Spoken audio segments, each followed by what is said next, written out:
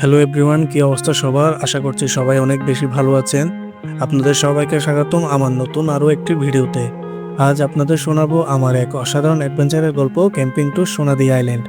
চট্টগ্রাম থেকে শুরু হওয়া এই অ্যাডভেঞ্চার ছিল একেবারে মুভি লাইক। ছিল কিছু কষ্ট, কিন্তু তার চেয়েও বেশি ছিল মজার অভিজ্ঞতা আর অগণিত স্মরণীয় মুহূর্ত। তাহলে চলুন দেখে নিই আমাদের সেই ভয়ঙ্কর যাত্রাটি। আমাদের যাত্রা শুরু করি চট্টগ্রামের নতুন ব্রিজ থেকে। এখান থেকে জনপ্রতি 250 টাকা বাস ভাড়া দিয়ে পৌঁছে যাই আমরা চকরিয়া থানার রাস্তার মাথা। এরপর এখান থেকে শুরু হয় আমাদের সিএনজি ভ্রমণ।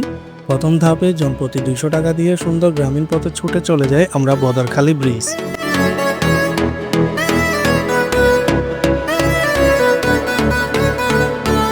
এরপর আরেকটা সিএনজি করে আমরা বদরখালী ব্রিজ থেকে এবার জনপ্রতি 100 টাকা দিয়ে চলে আসি গটিভাঙ্গা ঘাট। এই ঘাট থেকে মূলত আমরা বোটে করে চলে যাব সোনাদিয়া দ্বীপে, কিন্তু এখানে এসে পড়ে যায় আমরা আরেক বিপদে।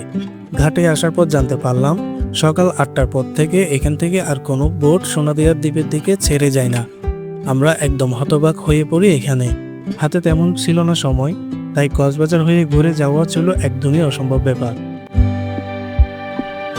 ঠিক তখনই এই ছেলেটি এসে বলে, ঘাটের পশ্চিম পাশ দিয়ে যদি আমরা হেঁটে যাই তাহলে সময় লাগতে পারে 20 থেকে 30 মিনিট। এইটুকু সময় যদি আমরা হাঁটতে পারি তাহলে পৌঁছে যেতে পারবো সোনাদিয়া দ্বীপে।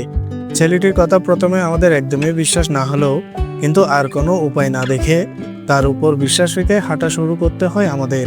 আর এখান থেকেই শুরু হয় এক ভয়ঙ্কর অ্যাডভেঞ্চার। প্রথমে মনে হচ্ছিল এটা হয়তো একটু ক্লান্তিকর হলেও কিন্তু ম্যানেজেবল হবে, কিন্তু যতই আমরা হাঁটতে থাকলাম তখনই বুঝতে পারলাম এটি কোনো মজার বিষয় ছিল না।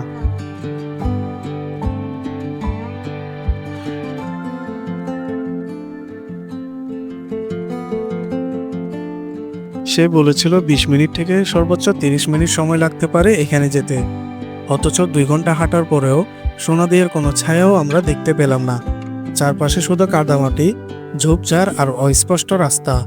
এক এক সময় মনে হচ্ছিল আমরা হয়তো ভুল পথে চলে যাচ্ছি, তবুও আমরা হাল ছাড়িনি। আমরা একে অপরকে সাপোর্ট করেই যাচ্ছিলাম। ক্লান্ত পায়ে ভিজে একেবারে শেষ আমরা।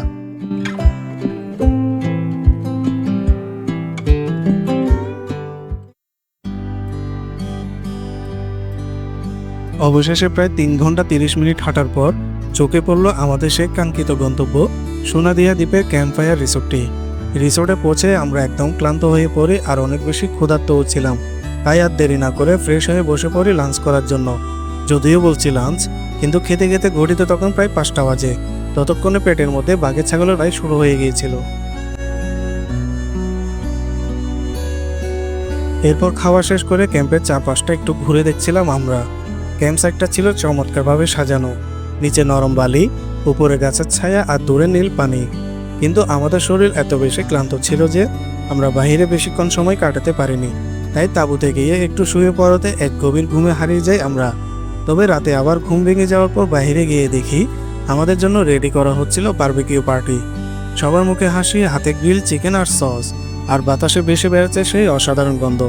আমরা সবাই মিলে অনেক গল্প করছিলাম, হাসছিলাম, গানের সাথে গলা মিলাচ্ছিলাম। রাতে ক্যাম্প সাইডে বসে ছিল সাগরের ঠান্ডা বাতাস আর একদম নিস্তব্ধ প্রকৃতি। সত্যি বলতে সেই রাতটি ছিল আমাদের জন্য একদম ম্যাজিক্যাল একটি রাত। সকালে ব্রেকফাস্ট হিসেবে আমাদের জন্য তৈরি ছিল এই ডিম খিচুড়িটি, যা ছিল একদমই পারফেক্ট। সকালে ব্রেকফাস্ট শেষ করে আমাদের এবারে ক্যাম্প প্যাকেজটি শেষ হয়। তবে ফেরার জন্য এবার আর সেই ভুল করলাম না।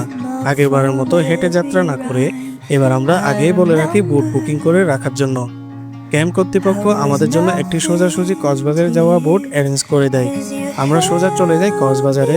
সেখানে কিছুটা রেস্ট, কিছু স্মৃতিচারণা করে চট্টগ্রামের দিকে শুরু হয় আমাদের ফেরার পথ।